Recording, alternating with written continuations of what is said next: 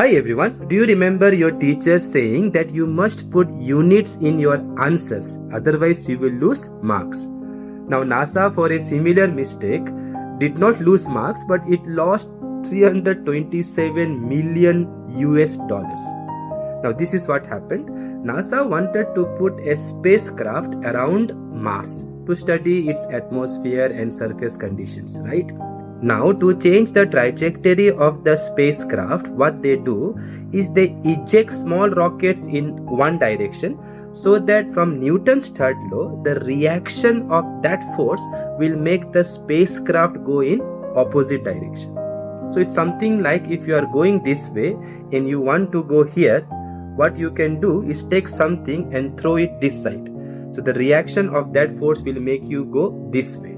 So NASA needed the information of how much force is needed in a given time to change the trajectory of the spacecraft. Now the problem was this information was given to NASA by a company called Lockheed Martin, which built those small rockets. Now the sad part is NASA expected the information in SI system where the unit of force is Newton. But Lockheed Martin gave the information in imperial system where the unit of force is pound force, not Newton.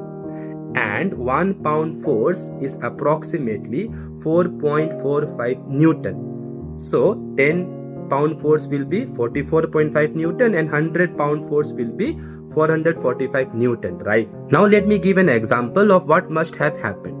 So to change the trajectory of the spacecraft by this much, let's say I need a force of 100 Newton. Now Lockheed Martin gave that information in 100 pound force. Now nobody did the conversion. So NASA thought that 100 pound force is 100 Newton.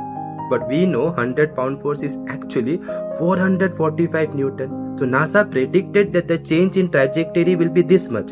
But due to much larger force, the change was much more than what they thought.